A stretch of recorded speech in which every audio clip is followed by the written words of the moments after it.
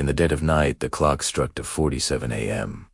when a scream shattered the silence, a scream so raw, so desperate, that it clawed at the walls and left a stain no one could wash off. In the dim glow of a flickering street lamp, rain pounded on broken pavement outside the alley where the body lay. The victim's lifeless eyes stared blankly at the sky, lips frozen in a final gasp for air, blood dark and sticky pooling beneath. And in that instant, everything changed. The city exhaled in horror, yet refused to speak. This was not just another murder. This was the beginning of a story so twisted, so cold, so cunning, that the killer believed he had outsmarted everyone, except one detective.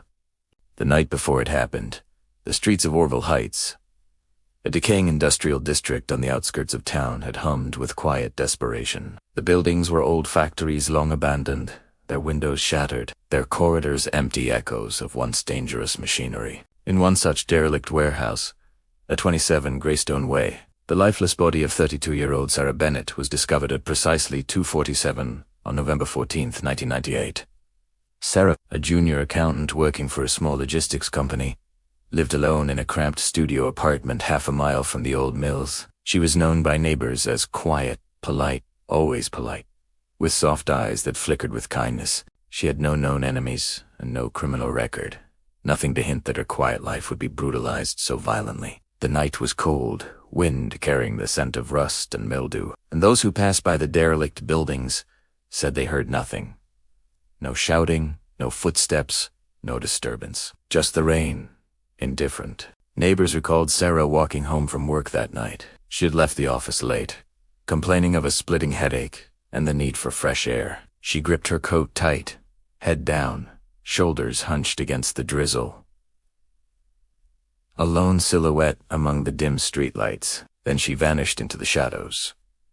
Hours later, her body was found dragged into the heart of the warehouse, laid out with grotesque precision, arms and legs arranged with an eerie symmetry as though the killer had paused to admire the artistry of the death he had fashioned. The light above her flickered off and on, casting long, wavering shapes across the blood-soaked concrete. The police cordoned off the area, curiosity mingled with dread among onlookers. Gathering behind yellow tape, no sign of forced entry, no struggle, no footprints in the wet ground, no fingerprints on the rusted metal beams. The warehouse doors were locked from the inside, but showed no damage. The windows were boarded up months ago. It was as if the killer had vanished into thin air, or had always been there, hiding in the darkness. From the beginning, the case defied logic. Witnesses claimed to see nothing but a hooded figure dissolving into the fog. Some spoke of a van parked nearby with its engine idling, but the plate was too dark to read. Others swore they heard footsteps on the rooftop just moments before the body was discovered. But when officers searched the roof, they found nothing but litter and decay. It was as if the killer was a ghost. Yet every piece of the crime scene whispered the opposite. Someone human, deliberate, intelligent. Someone with control, someone who planned every detail. As dawn broke, detectives arrived. Among them was Detective Mark Holloway, seasoned, sharp-eyed, slow to trust, but quicker to notice anomalies. Holloway moved through the warehouse like a predator studying prey. He crouched beside the body, his flashlight beam illuminating Sarah's pale skin, the angles of her broken limbs, the dark rivulets of blood-carving paths down the concrete floor. He noticed the fine granular dust under her fingernails, the industrial residue from the mills. But on her shoes was only clean rainwater, no dirt, no crushed glass, no fragments to match the surrounding floor. It suggested she'd arrived barefoot or in something else entirely, or had been carried in, and she had no bruises on her hands, no attempt to defend herself. Her body was staged. As investigators combed the warehouse, they uncovered a scrap of paper tucked beneath a loose floorboard near the wall. A single line scribbled in ink. Look closer at what hides behind the dark. No fingerprints. The paper was clean, uncrumpled. It might have been planted. Holloway stared at it for minutes, letting the silence press in. That scrap would become the banner under which the killer would later taunt the city. Days turned into weeks. Detectives canvassed the neighborhood. They interviewed Sarah's colleagues, friends, people she had spoken to that evening. Everyone said the same. She seemed off quiet, distant, but not frightened. She had mentioned nothing unusual. No threats, no phone calls, no altercations. Her last days were indistinguishable from her life. Monotonous, nondescript, unremarkable. The investigators considered possible suspects, ex-boyfriends, co-workers, random predators. But background checks turned up nothing. No known violent associates. No arrests. No record. The media descended. Rumors spread. Some said Sarah was involved in something dangerous. Others whispered about drug deals gone wrong. The local press painted her as a troubled loner with secrets, but Holloway refused to buy it. She had no ties to crime. What she did have was routine and order. A stable paycheck. A small apartment packed with books and typewritten financial ledgers. She was, in every sense, ordinary, and that ordinariness made the precision of her death even more horrifying. Then one evening, 3 weeks after the murder, something changed. A man called police. Dispatch's voice shaky, whispering claiming he knew who'd killed Sarah Bennett. He refused to give his name. He described a figure he saw creeping near the old mill warehouses on the night of the murder. The silhouette was tall, slender, cloak-like coat, hat pulled low. The man confessed. He had been close enough to hear a grunt and then a scream. He had looked away, turned away, frozen by fear. He swore the killer was someone he recognized. Someone local? But by the time officers arrived, there was no trace, no car, no figure, no sound. Just silence. The tip went nowhere. The longer the investigation dragged, the more the case sank into frustration. Leads dried up. Surveillance footage from nearby streets recorded nothing useful. The rain had blurred lenses. The only motion was a dog chasing trash. For a moment, the case seemed cursed. It was as though the killer had slipped into the fabric of the city itself. And perhaps he had. Then months later, on a bitter December night, another body appeared. This time in a boarded-up tenement across town, on 09 Caldwell Street. The victim, 45-year-old Marcus Riley, freelance courier, blue-collar, unremarkable, no ties to crime, found arranged in the doorway of the empty flat, limbs folded unnaturally, head tilted at a disturbing angle. Nearby, chalk scrolled on the wall. He was blind to the seconds ticking. Nothing else. No witnesses. No struggle. No fingerprints. The floor was spotless. The air smelled of bleach and rust. Again, the killer had left nothing except a message. The pattern was chillingly familiar. The pairing of victims, unconnected by job, age, background, and the macabre staging. The cryptic notes. The emptiness. The void. The city held its breath. The police department assembled a task force led by Holloway. Slowly, painstakingly, they mapped patterns. Both victims had worked nights. Both found in abandoned or derelict properties. Both with clean shoes or none. Both with scrawled messages in eerie code. Yet there was no clear motive. No ransom. No robbery. No sexual assault. Just death. Artistry. The killer wasn't after money, or revenge, or lust. He was after perfection. Silence. Mystery. The ability to vanish. Holloway studied the messages obsessively. He recognized a pattern. Subtle shifts in word choice, punctuation, length, as though the killer were communicating not just to him, but to someone. Maybe the victims themselves. Maybe the city. Maybe the killer. He believed the messages were a game. A puzzle. A taunt. The press called the murderer the Phantom Sculptor. The city feared him, and within the department, tension mounted. Detectives called in handwriting experts, forensic linguists, psychological profilers, but nothing matched. The scrolled notes were simple, almost childishly crude, hardly the work of a highbrow killer. Yet the murders were beyond crude. They were clinical, calculated, precise. Then came a break. A detective in the task force, a young woman named Karen Liu, discovered a connection no one else saw. Both victims had passed through the loading bay of a certain warehouse 2 nights before their deaths. The warehouse, ironically, was still active, used by a local freight company. Security footage from its cameras was missing for the relevant nights. The hard drives had been wiped, overwritten. Suspicious. The company claimed routine maintenance. Holloway didn't buy it. He demanded to see logs. The company provided a bland chart with computer timestamps. Nothing remarkable, but Karen noticed something. The wipe covered exactly the time window when the two victims might have passed through. A short gap of missing footage, 5 minutes each night. That gap was precisely when the killer struck. It was the scarf across his face, the silent steps, the ghost moving between crates under cover of blinking red lights and satellite darkness. Holloway and Karen requested the freight company's roster. It was long. Dozens of drivers, dock workers, night guards. But one name stuck out. An elusive driver who appeared on records but never in video. Someone nicknamed Gray. A drifter, no fixed address.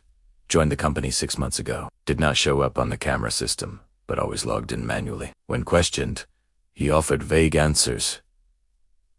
Night shift. Keep to myself. No former employers, no references. His file was clean. But something about the erasure of footage, the timing, the victim's passages, and the unsensed presence told Holloway this man was more than coincidence. This was no freelance killer. It was someone already inside the machinery. Inside the silence, inside the night jobs. They brought him in. Interrogation began under dim fluorescent light, camera rolling. Gray was tall, pale, with hollow cheeks and cold eyes that flicked left, then right. He smirked when asked about the missing footage. Technology fails, he said. Sometimes machines sleep. His voice was soft, almost bored. Holloway pressed. What about the victims? The staging?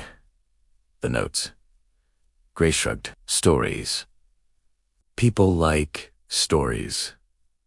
Detective Liu leaned forward, voice calm. What about their blood on your shoes, on your boots? Rainwater doesn't wash that. Gray's smirk faltered. Silence hung heavy. He glared at the table.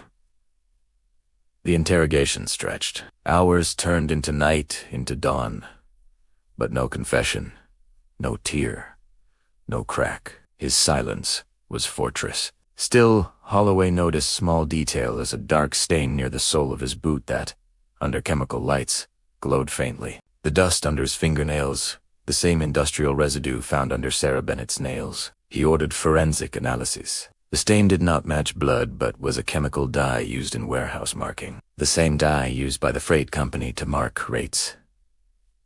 Before loading, the dust matched a unique mix from the Greystone Way Mill. That mix did not appear anywhere else in the city. Suddenly, the puzzle pieces fit. The victims had passed through that warehouse. En route loads, moving crates, their shoes unmarked, but their bodies exposed to the mix when dragged inside the derelict mills. The killer used the freight network, the silent nights, the gaps in security, to catch unsuspecting victims. The 2 murders were just the beginning.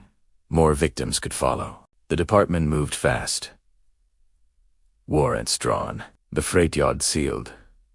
Containers searched. Every corner scanned with ultraviolet light. But Gray himself was gone. Gone without a trace. His locker emptied. His truck vanished. Records wiped. The fresher containers showed no sign of him or his vehicle. It was as if he dissolved into the fog. The only clue left was a single typed letter found in his locker. No fingerprints, no DNA, just typed words. The gallery is open. Inside was a stylized sketch of a human figure on its knees. Faceless, blank, empty. Underneath the words, walk softly, stay silent. The gallery, Gray's gallery, was still waiting. The public reaction turned to panic. Residents locked doors. Night workers wore protective boots. Freight companies installed cameras. But the killer is still alive, was already on to the new precautions. The murders stopped for a time, months beset. The silence rang louder than any scream. The case went cold. The media moved on. The city exhaled. But Detective Holloway, sitting in his dim office, coffee cold and stale, refused to turn the lights off. He pored over every scrap of evidence, again and again. He studied the dust samples, chemical dye warehouse logs, messages, the stylized letter. He began to see a pattern beyond random victims. Those who passed through certain load routes, those whose shifts ended between 2:30 and 3:30 a.m., those whose footsteps never touched the warehouse floor cleanly, people whose lives curved quietly into night freight shadows. The victims, all fit, but overall, they were too ordinary to attract notice, too silent to scream. Over the years, the trail faded. The freight company declared bankruptcy. The yards shut down. Crates moved to other cities. The die markings changed. Residue cleaned. The mills closed, boarded up, torn down. The warehouses demolished. The footprints lost. The dust vanished. The city changed. Yet every few years a report came in. An unidentified corpse found in an abandoned building on the outskirts, limbs arranged unnaturally, scrawled notes on walls in shaky handwriting. Each case reviewed, each case considered, but none matched exactly. No dye residui, no industrial dust, just death. The killers, perhaps inspired, incomplete, evolving. The legend grew. Murmurs in dark corners. The phantom sculptor is back. But nothing confirmed. Nothing proven. Detective Holloway retired 2 years later. Hair grayed, eyes haunted. He kept the files, thousands of pages of typed transcripts, photographs, chemical analysis reports, sketches, letters, empty desks. He sometimes says he never sleeps. Nightmares of footsteps, of scratching on walls, of blank faces in warehouses. He tried to bury the case, to close the file. But each night the city breathed, and he listened. Still today, on foggy nights, when the wind wails across the empty docks, he wonders if Gray walks among us a ghosted in human skin, waiting for someone to walk home alone, waiting to sculpt again. To this day, the victims remain nameless in the cold news bulletins, lost among statistics, their lives erased, their stories untold. The notes look closer at what hides behind the dark. He was blind to the seconds ticking. The gallery is open. No one cracked their code. No one deciphered their meaning. Some say they are a warning. Others say they are a signature. Others still believe they are a confession. But all concede the same. The killer set his masterpiece, not in paint or stone, but in terror, in absence, in silence. And his canvas was the empty city. So here we stand, decades later, lights off, heartbeats loud. Was the killer real? Were the victims unlucky? Or were we all part of a game we never agreed to play? The files gathered dust on shelves, evidence locked away, memories fading, and the only man who might know the truth, the man who forever chased a ghost, now sits at home, staring at shadows on his walls. He may never speak. He may never rest, but he remembers. He listens. And he waits. So tonight, dear viewer, as you stare into the darkness beyond these words, I ask you, do you believe someone out there still walks among us? Silent, unseen, shaping fear with their hands? Do you dare to look behind the dark? Because maybe the gallery is still open. If you felt that chill creeping down your spine, if the silence around you screams louder, then you know why we keep the lights on. Hit subscribe and join us at Midnight Crime Vault, because some nightmares daren't end when daylight comes.